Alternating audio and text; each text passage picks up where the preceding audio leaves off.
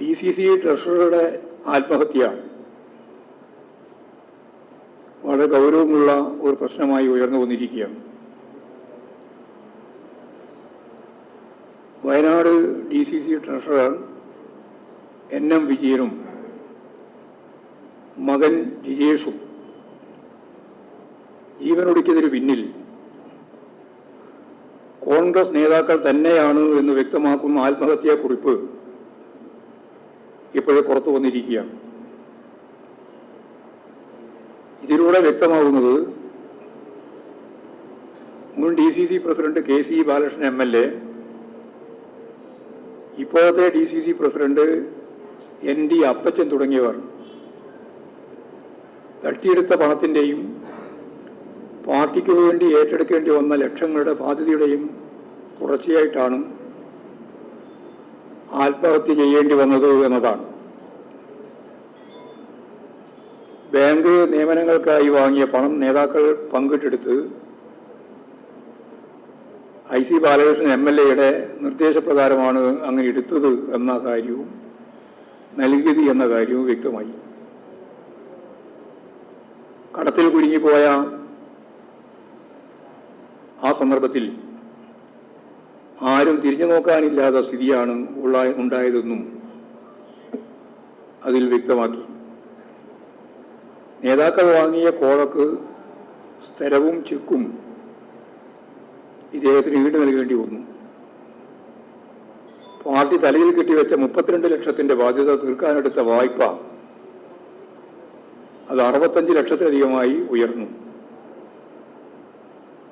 ഇതിനെ തുടർന്നാണ് ഇദ്ദേഹം ആത്മഹത്യയിലേക്ക് എത്തിയത്.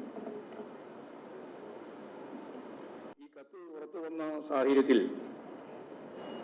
IC ബാലകൃഷ്ണൻ MLA സ്ഥാനം രാജിവെക്കാൻ തയ്യാറാവണം. ഈ സംബന്ധിച്ച് UDFന്റെ നിലപാട് വ്യക്തമാക്കേണ്ടതുണ്ട്. UDFന്റെ നേതാവ് എന്ന് പറയുമ്പോൾ പ്രത്യേകിച്ച് കോൺഗ്രസിന്റെ സംസ്ഥാന പ്രസിഡന്റ്, പ്രതിപക്ഷ നേതാവ് രാഹുൽ ഗാന്ധി ഉൾപ്പെടെയുള്ളവർക്കെല്ലാം കത്ത് നൽകിയിരുന്നുവെന്നും സുധാകരന് കത്ത് കിട്ടിയിരുന്നുവെന്നും, പക്ഷെ ഞാനത് വായിച്ചില്ല എന്നുമാണ് അദ്ദേഹത്തിന്റെ പ്രതികരണം. ഏതെങ്കിലും CPIMന്റെ പ്രവർത്തകനോ അനുഭാവി തന്നെയോ ആണെങ്കിൽ പോലും എന്തായിരിക്കുമായിരുന്നു മാധ്യമങ്ങളുടെ പ്രചരണം? എത്ര ദിവസത്തെ അന്തിച്ചർച്ച അതിൻ്റെ ഭാഗമായിട്ട് നടക്കുമായിരുന്നു? പക്ഷേ കോൺഗ്രസിൻ്റെ DCC ട്രഷററുടെ മകനും ട്രഷററും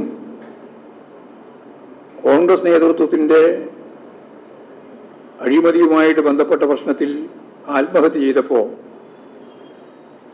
അത് സംബന്ധിച്ച് കൃത്യമായ വാർത്ത തന്നെ നൽകാൻ എന്തൊരു മടിയാണ് മാധ്യമങ്ങൾക്ക്.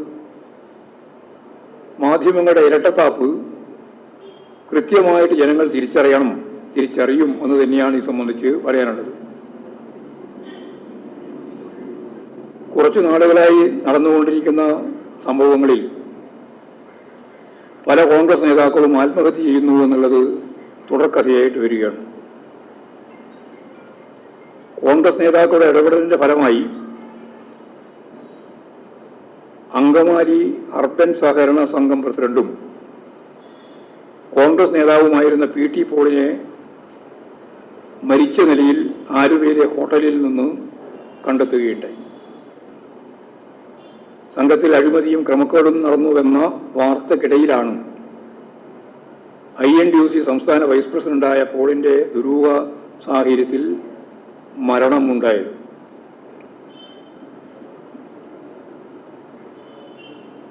ഇതുപോലുള്ള നിരവധി സംഭവങ്ങൾ കേരളത്തിൻ്റെ വിവിധ മേഖലകളിൽ സഹകരണ പ്രസ്ഥാനങ്ങളുമായി ബന്ധപ്പെട്ട്, അഴിമതിയുമായിട്ട് ബന്ധപ്പെട്ട് കോൺഗ്രസിൻ്റെ പല വ്യക്താക്കളും ആത്മഹത്യയിലേക്ക് നീങ്ങി.